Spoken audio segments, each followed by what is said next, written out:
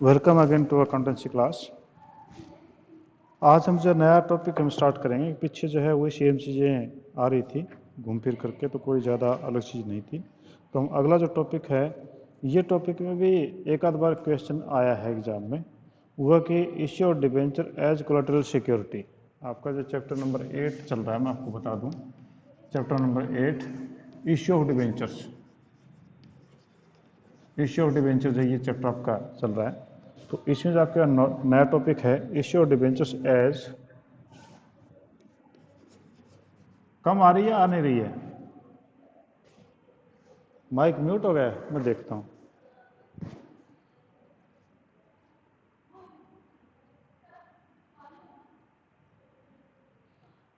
हाँ जी, अब आवाज़ आई मेरी? Okay, thank you. हो सकता है माइक म्यूट हो गया था मेरा कहीं से। हाँ जी, आपका चैप्टर चल रहा है 8 चल रहा है, इश्यू ऑफ डिबेंचर्स है।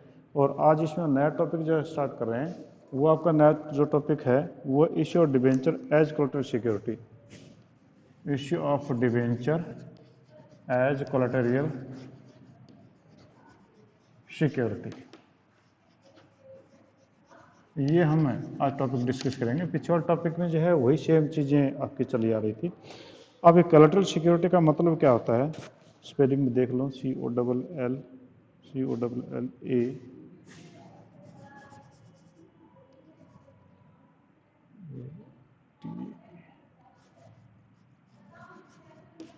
Collateral security.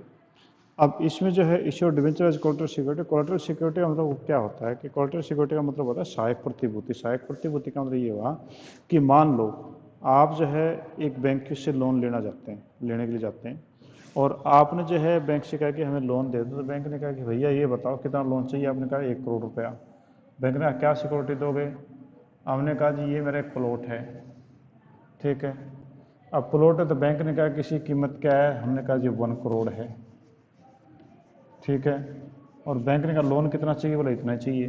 बोले तुम अगर ब्याज ना दो 2 साल है, और फिर जो है ना हम आपसे पैसा कहाँ से निकालेंगे? तो इसलिए ये तो आपकी मेन सिक्योरिटी हो गई, ठीक है। अब मेन सिक्योरिटी हो गई, तो आप इसके अलावा कोई और सिक्योरिटी दो। तो हमने कहा कि एक ये प्लॉट और पड़ा हमारे पास में, तो हम ये आपको एज ए सिक्योरिटी देते हैं। तो ये तो आपकी मेन सिक्योरिटी हो गई। और ये जो एक्स्ट्रा प्लॉट हमने जो बैंक के पास में प्लेज किया, ये आपकी कोलेटरल सिक्योरिटी कहलाएगी। कि if any mis happening happens, in that case bank will sell out this plot, and if the bank is in such a position that he will recover all his debts, then there will be no need of the another one plot. But by chance if the bank is not in position to cover all the dues from this plot, in that case bank will sell out this plot also, इस plot को बेच देगा।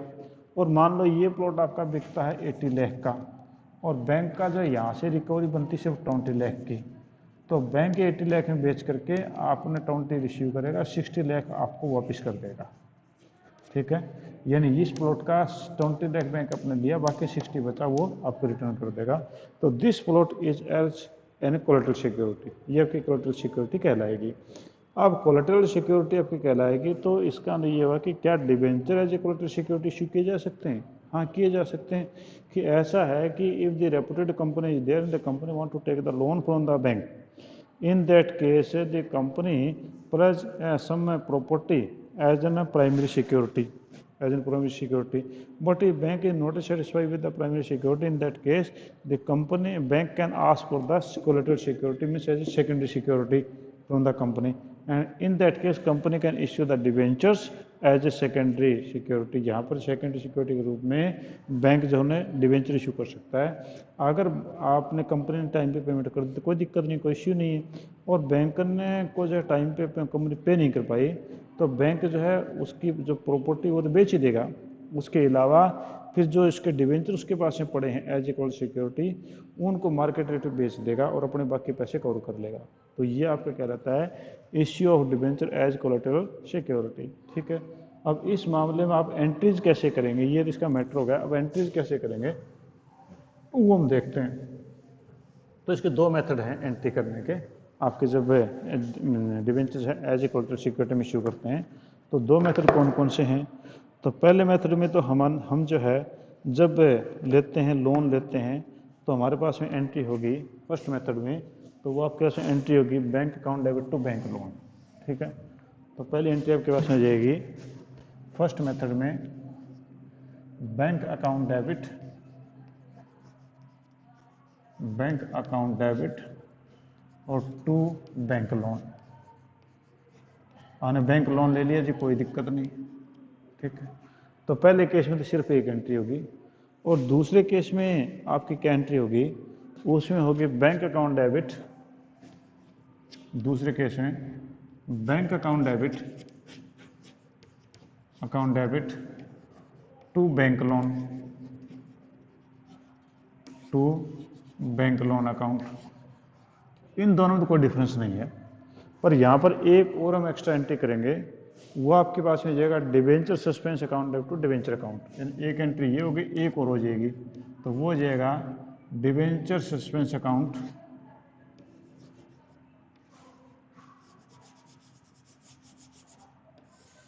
दूसरी entry हो जाएगी debenture suspense account debit और to debenture account. ये entry अलग हो जाएगी, यानी दूसरी केस में ये एंट्री होगी। बस एंट्री का फ़र्क है, पहले दूसरे केस में फालतू कोई फ़र्क नहीं है। ठीक है, अब जब मैं इसमें जो डिफ्रेंशिएट करना चाह रहा हूँ वो आप ध्यान से देख लेना, फिर आपके क्वेश्चन में कोई दिक्कत नहीं आएगी। आप इलस्ट्रेशन नंबर 20 देख लो। ठीक है, एक ही क्वेश्चन में सारा समझ में आ जाए, बाकी कोई दिक्कत नहीं है। ये कह रहा है company had 10 lakh 12% debentures outstanding on 1 अप्रैल 2017। तो 1 अप्रैल 2017 को कंपनी के पास में 10 लाख रुपीज़ के 12% डिवेंचर आउटस्टैंडिंग है, कंपनी पहले ले रखे हैं, और कंपनी ने एक जो लोन और लिया है स्टेट बैंक ऑफ इंडिया से 2 लाख का, यानी बैंक से लोन और भी ले लिया उन्होंने 2 लाख का, और बैंक जो है उससे कोलेटरल सिक्योरिटी के रूप में मांगता है। तो उसने जो है बैंक के पास में 2,50,000 डिवेंचर्स है एज कोलेटरल सिक्योरिटी रख दिए। ठीक है, और कोलेटरल सिक्योरिटी रख दिए, कहता है कि pass journal entries if any, journal entry pass करो, show how the debenture and bank loan will appear in the company's balance sheet. आप ये बताओ कि डिवेंचर और बैंक लोन जो है कंपनी की बैलेंस शीट में कैसे आएंगे। तो अब यहाँ पर पहले मेथड में आपकी एंट्री हो जाएगी bank account debit to bank loan 2 lakh और ये 2 लाख। ठीक है, यहाँ पर तो डिवेंचर का कोई मैटर ही नहीं है। दूसरे में एंट्री क्या होगी, दूसरे में एंट्री हो जाएगी 2 लाख और ये 2 लाख। फिर उन्होंने डिवेंचर इश्यू किए 250 के और 250 के। ठीक है, ये आप ध्यान से देखो कि पहले मेथड में हमने एंट्री की थी bank account debit to bank loan 2 lakh की, दूसरे में भी मैंने एंट्री की bank account debit to bank loan, और फिर debenture suspense account debit to debenture account है 250 का हमने किया। तो यहाँ तक तो कोई समस्या नहीं है। ठीक है, अब हमने बैलेंस शीट तैयार करनी है। तो बैलेंस शीट तैयार करेंगे तो बैलेंस शीट जो है आपको मैंने बताई थी, बैलेंस शीट हम ऐसे तैयार करेंगे। ये हमने बैलेंस शीट तैयार की, ऐसे छोटी बैलेंस शीट तैयार कर लेते हैं, कोई ज़्यादा बड़ी की जरूरत नहीं है। ये बैलेंस शीट तैयार की हमने, तो ऊपर आप लिखेंगे extract of balance sheet as on जो भी डेट है। ठीक है, फिर हमने यहाँ पर किया इस प्रकार से, ये हमने किया जी आपके पास में है, इसका होगा पर्टिकुलर्स, ये अब कैसे होगा जी पर्टिकुलर्स है, ये नोट नंबर है, और ये आपका करंट ईयर है, और ये आपका प्रीवियस ईयर है। ठीक है जी, तो करंट ईयर और प्रीवियस ईयर आपके पास में हो गया। अब उसके बाद में आपने किया पहला equities and liabilities, equities and liabilities, ये आपके पास में था। इक्विटीज एंड लायबिलिटीज के अंदर आपका था SNC, S for shareholder fund, N for non current liability. Non current liabilities में ही आपका शेयर होल्डर फंड से मतलब डिवेंचर यहाँ पर लोन है, तो आपके पास में हो गया जो है वो non current liability, non current liability.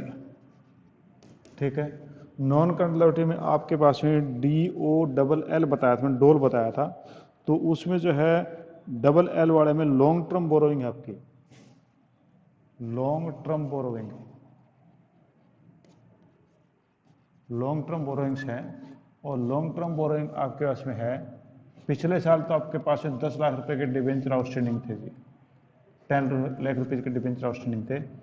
इस साल आपने 2 लाख का लोन और ले लिया, तो आपके पास जो लोन होगा लॉन्ग टर्म बोरोइंग आपकी 12 लाख है आपके पास में हो गई है। पिछले साल आपके पास 10 लाख की थी, इस साल आपकी 12 लाख की हो गई जी।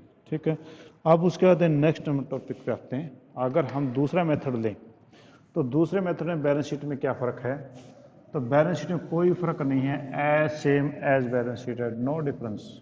ठीक है, तो हमने यहाँ पर ये सेम ऐसी बैलेंस शीट ले ली। ठीक है, ये आपके पास एक्सट्रैक्ट एज ओन ले लिया हमने, फिर ये हमने ले लिया जी यहाँ पर पर्टिकुलर्स, ये हो गया नोट नंबर, और ये आपके पास हो गया जी करंट ईयर, और ये हो गया प्रीवियस ईयर। ठीक है, यहाँ पर हो गया इक्विटीज एंड लायबिलिटीज। ठीक है, और यहाँ पर होगा आपके पास long term borrowing, long term borrowings, ये 1 नंबर, ये इस साल का करंट ईयर का 12 लाख है और प्रीवियस ईयर का आपका 10 लाख है। ठीक है, यानी आपका यहाँ पर कोई भी डिफरेंस नहीं है, इस बैलेंस शीट और इस बैलेंस शीट को चेक करो, नो डिफरेंस, कोई डिफरेंस नहीं है। मेथड वो दूसरा, ये पहला है, तो सेम है दोनों में, कोई भी समस्या नहीं है। पर इसमें जो ये नोट नंबर 1 है, इसका नोट्स टू अकाउंट करेंगे ना, उस समय आपको थोड़ा सा चेंज मिलेगा। यहाँ जो नोट्स टू अकाउंट है वो ऐसे बनाएंगे हम, यह कैसे बना, notes to account, notes to account बनाते समय हमारे को थोड़ा चेंज है। और नोट्स टू अकाउंट में हमारे पास में नंबर 1 है, ये किस चीज़ का था, लॉन्ग टर्म बोरोइंग का, ये हो गया लॉन्ग टर्म बोरोइंग्स, ये हमारा note number 1 long term borrowing का था। अब लॉन्ग टर्म बोरोइंग में हम जो करें तो वो हमारे पास में क्या है, तो हम यहाँ पर लिखेंगे 12% डिवेंचर्स, 12% डिवेंचर्स, 12% डिवेंचर जो इश्यू किए थे, 12% डिवेंचर्स, और वो आपके पास में है, यहाँ पर आपके ऐसे जो बने थे 12% डिवेंचर्स, वो आपके बने थे 10 लाख के, वो आपके 10 लाख के हैं। पर आपने तो 250 के और भी इश्यू किए थे, आपको ध्यान हो तो वो यहाँ पर ब्रैकेट में लिखेंगे, 12% डिवेंचर्स हो गए, ब्रैकेट में लिख देंगे, क्या लिख देंगे कि इन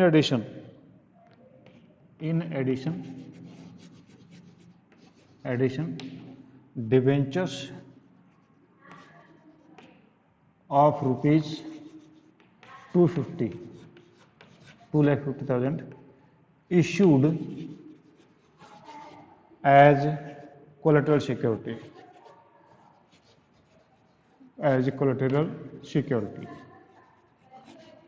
ये आपने ब्रैकेट में लिख दिया। 12% डिवेंचर तो टोटल आपके 10 लाख के ही हैं, बाकी 2,50,000 के डिवेंचर तो फ्री के हैं, उनका तो कोई चक्कर नहीं है। तो आपने लिख दिया यहाँ पर कि in addition debenture of 250 have been issued as collateral security. ठीक है, और फिर हमने ले लिया बैंक लोन, फिर अगला है बैंक लोन। बैंक लोन तो आपने लिया ही था, और बैंक लोन आपने कितने का लिया था, वो आपने लिया था 2 लाख का, बैंक लोन आपने लिया 2 लाख का। यहाँ पर भी आप लिख दो, इस बैंक लोन के आगे आप लिख दोगे ऑन कोलेटरल सिक्योरिटी, ऑन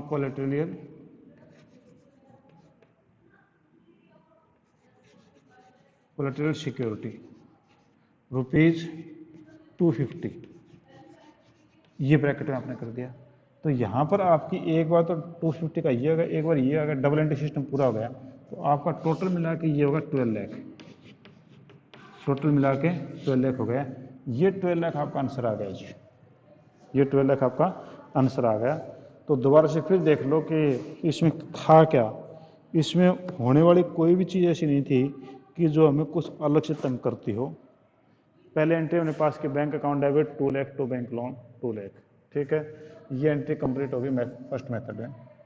फिर हमने एक्सट्रैक्ट और बैलेंस शीट किया, पर्टिकुलर से इक्विटीज एंड लायबिलिटीज है, इसमें आपकी नॉन करंट लायबिलिटीज में लॉन्ग टर्म बोरोइंग है, पिछले करंट ईयर की 12 लाख और पिछले साल की है 10 लाख।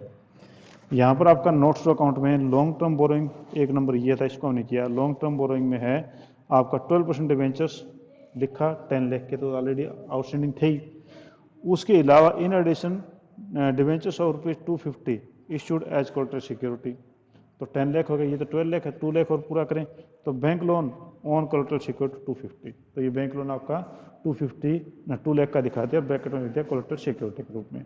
तो यहाँ पर तो आपका ये इतना ही बनता है, ठीक है।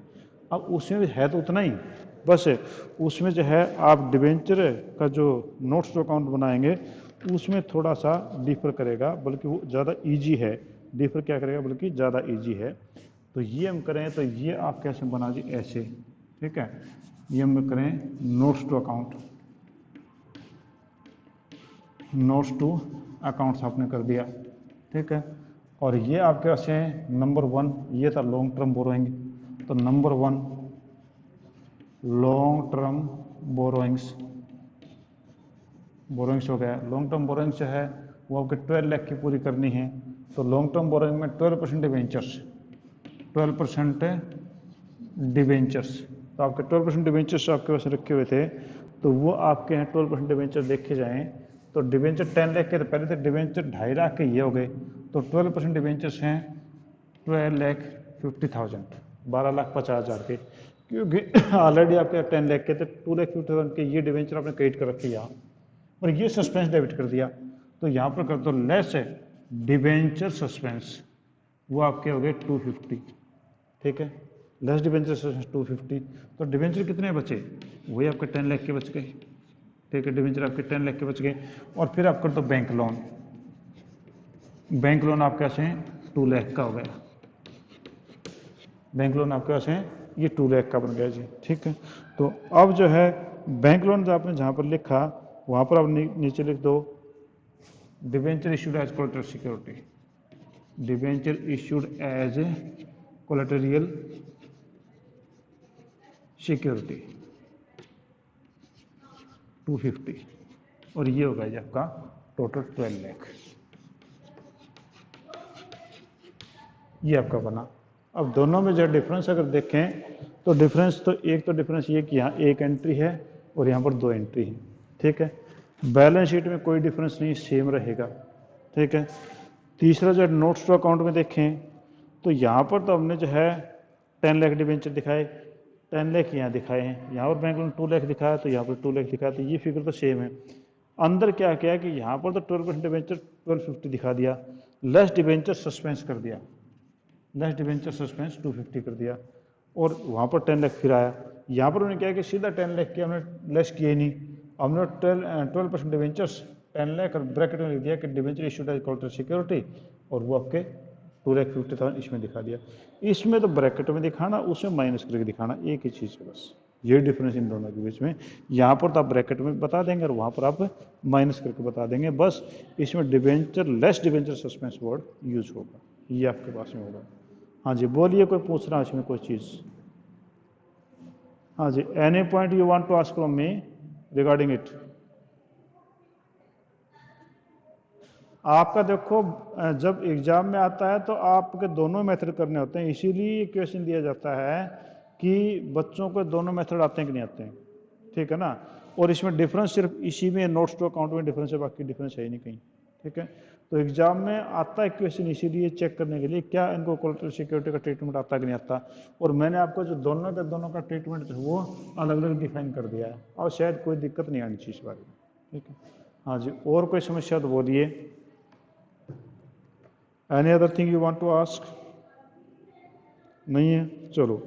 हाँ जी 21 देखो जी, 21 में कह रहा है कि Meghnath limited issued limited took A loan of rupees 1,20,000 from the bank and deposited 1,408% debentures of 100 each as collateral security along with the primary security of 2 lakh, ठीक है।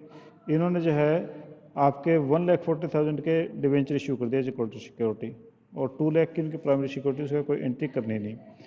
Company took again A loan of 80,000 after 2 months and from a bank and deposited 1,008% debentures of 100 each as collateral security. Record necessary journal entries. How you will show the issue of debenture and bank loan in the balance sheet. ये कहते हैं कि आप balance sheet में किस प्रकार से इसको दिखाओगे, तो ये बात है पूछ रहा है।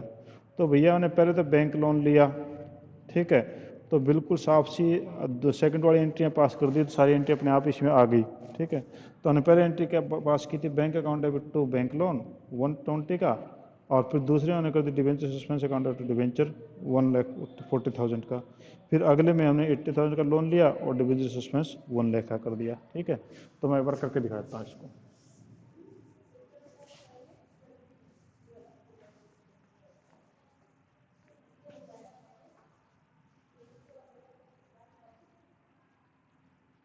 और ज़्यादातर ये बंदे जो हैं वो सेकंड मेथड को बताते हैं, क्योंकि सेकंड मेथड में पहला मेथड इंक्लूड हो जाता है, क्योंकि उसमें 2 एंट्री होती है, उसमें 1 एंट्री होती है। तो सेकंड मेथड करती है आपके वो पहली वाली एंट्री इंक्लूड हो जाती हैं। तो यहाँ पर आपकी जो है उस बंदे ने 2 बार जो लोन लिया है, एक बार लिया 1 लाख का, एक बार लिया 80,000 का। तो एक बार तो जो है 1 लाख का लोन लेंगे तो एंट्री करेंगे, और उसकी जो है डिवेंचर सस्पेंस की एंट्री कर देंगे 1,40,000 की। और दूसरी बार फिर उसने 1 लाख का लोन लिया, तो दूसरी बार उसने लिया था, हाँ पहले 120 का, दूसरा 80 का, ठीक है। तो आपकी एंट्री बनेगी bank account debit, bank account debit 120 और टू बैंक लोन 120, ठीक है जी। अब हमने कर दिया यहाँ पर debenture suspense account debit, debenture suspense debit और टू डिवेंचर अकाउंट, ये कितना परसेंट है वो लिख देना आगे, और वो क्या जी 1,40,000 या इन्फॉर्मेशन दे दो नीचे कि debenture issued as collateral security, ठीक है, या आप इन्फॉर्मेशन पास कर दीजिए दोनों के नीचे, ठीक है। उसके बाद में है आपका नेक्स्ट आपके पास है कि बैंक से हमने लोन लिया है वो 80,000 का है, ठीक है। तो हमारे पास एंट्री हो जाएगी bank account debit to bank loan, bank account debit और टू बैंक लोन, वो हमने लिया 80,000 का, 80,000 का नीचे इन्फॉर्मेशन दे दीजिए कि आपने जो कोलेटरल सिक्योरिटी इशू कर दी है। फिर अगला हो जाएगा डिवेंचर सस्पेंस डेबिट 1 लाख और टू डिवेंचर अकाउंट, ये हो गया 1 लाख, ठीक है। और नीचे इनमें सेम नरेशन या ऐसी प्रकार से आप दे दो, ठीक है। अब आप ले लो जी आपका इक्विटीज, आपका जो है बैलेंस शीट बनाओ। बैलेंस शीट बनाएं तो इसमें बैलेंस शीट हम करें तो कह रहे कि आपका जो है बैलेंस शीट में 2 लाख रुपीज़ आपके पास में होंगे, टोटल 1,20 का ये था, 80,000 का ये था, तो टोटल आपके पास में होगा जी 1,20, ठीक है। तो ये 2 लाख, सॉरी, ये आपने बनाई जी बैलेंस शीट, ठीक है। बैलेंस शीट में आपका लिखोगे extract of balance sheet as on जो भी है, फिर उसके बाद आपने लिखा जी पर्टिकुलर्स नोट नंबर और करंट ईयर और प्रीवियस ईयर। अब प्रीवियस ईयर का तुम्हें पता नहीं क्या था, पर यहाँ पर हमारे पास में equities and liabilities, equities and liabilities में लॉन्ग टर्म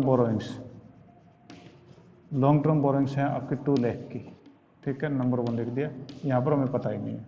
अब हम बनाएंगे नोट्स टू अकाउंट, ठीक है, ये आपके पास में हो गया नोट्स टू अकाउंट्स। तो नोट्स टू अकाउंट में हमारे पास में नंबर 1 है लॉन्ग टर्म बोरोविंग्स, ये हमारे पास में है कि 2 लाख आपके पास में कैसे आया, हम इस बात को जो क्लियर करेंगे। तो ये आपके पास में हो गया जी, वो 8% डिवेंचर्स हैं, वो आपके पास में हो गए, तो हमने कर दिया 8% डिवेंचर्स, वो आपके पास में 240 के हैं, क्योंकि 1 लाख है 40,000 ये और 1 लाख के 240 लेस डिवेंचर सस्पेंस, ये हो गया 240। तो यहाँ पर तो आपने कुछ दिखाया नहीं, नीचे दे दो बैंक लोन, और ये जाएगा आपका जो है 2 लाख का, ये आप नीचे दिखा दो, ठीक है जी। तो इसके अंदर तो हमने इसी प्रकार से ये दिखाना है, ठीक है। बाकी दूसरा मेथड पहले वाला दिखाओ तो वो भी दिखा दो, आपकी मर्जी है, वो आपके किसी तरीके से आप कर सकते हो। हाँ जी, कुछ पूछना इसके बारे में? Anything you want to ask? काफ़ी इजी है, कोई दिक्कत नहीं है। कल तो नहीं, परसों जो है हम नेक्स्ट टॉपिक में स्टार्ट करेंगे, that is accounting for debenture considering the term and condition, ये हम अगला करेंगे। ठीक है जी। तो अभी जो नेक्स्ट क्लास का टाइम हो गया आपका भी मेरा भी।